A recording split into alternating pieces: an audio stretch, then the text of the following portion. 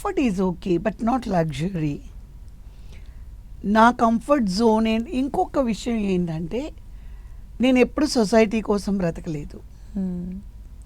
ఓ వాళ్ళు బిఎండబ్ల్యూలో వెళ్తున్నారు, ఏంటబ్బా నేను శాంట్రోలో ఉన్నాను, నేను శాంట్రోలో కాదు, నేను బిఎండబ్ల్యూ కాదు ఆడి కారు కొనాలి, అలా నేను ఎప్పుడు అనుకోలేదు. ప్రాక్టికాలిటీ, ఇప్పుడు బిఎండబ్ల్యూ వెళ్ళినా అదే గోతుల్లోనే వెళ్ళాలి, శాంట్రో కార్ అయినా అదే గోతుల్లో వెళ్ళాలి.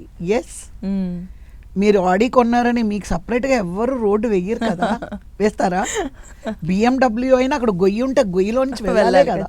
సో అలా నేను ఆలోచిస్తాను. మనకి కార్ అనేది ఒక ట్రాన్స్పోర్ట్ అని నేను ఆలోచించేది. కార్ అనేది ట్రాన్స్పోర్ట్. ఇక్కడి నుంచి ఓకే మనం 10 టీవీకి వెళ్ళాలి, we need a car, A to be. అది ఆటో అవుతుందా, క్యాబ్ అవుతుందా, లేదా ఒక అంబాసిడర్ కార్ అవుతుందా, ఒక ఇండికా కార్ అవుతుందా, ఎనీథింగ్ తీసుకొస్తుంది కదా మీ దగ్గరికి నన్ను. సో అదే నేను ఫీల్ అవుతాను.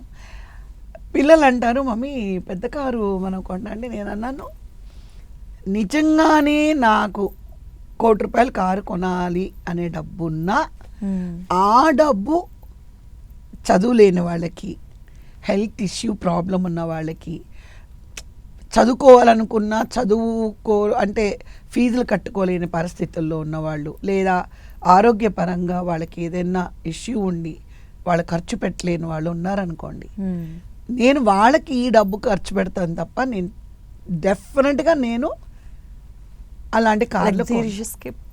Comfort is different. అదే మీకు చెప్తున్నా, comfort is something, luxury something. పిల్లలకి కూడా నేను ఎప్పుడు ఏం చెప్తానంటే, I give you comfort, not luxury. Comfort అంటే ఏం చెప్పండి? నడుచుకుంటూ స్కూల్కి వెళ్ళక్కర్లేదు, ఒక చిన్న కార్ అయినా సరే స్కూల్కి వెళ్ళచ్చు. ఉండడానికి మీకు ఒక కంఫర్టబుల్. ఓకే, ఇప్పుడు కొంచెం నాకు మ్యారేజ్ అయ్యేంత వరకు మా ఇంట్లో ఏసీ లేదు, ఫ్యానే మేము పడుకునేవాడు. మా అమ్మ అలాగే అలవాటు చేశారు. సడన్గా 10 మంది గెస్ట్లు మా ఊరు నుంచి ఎవరైనా వచ్చినా కూడా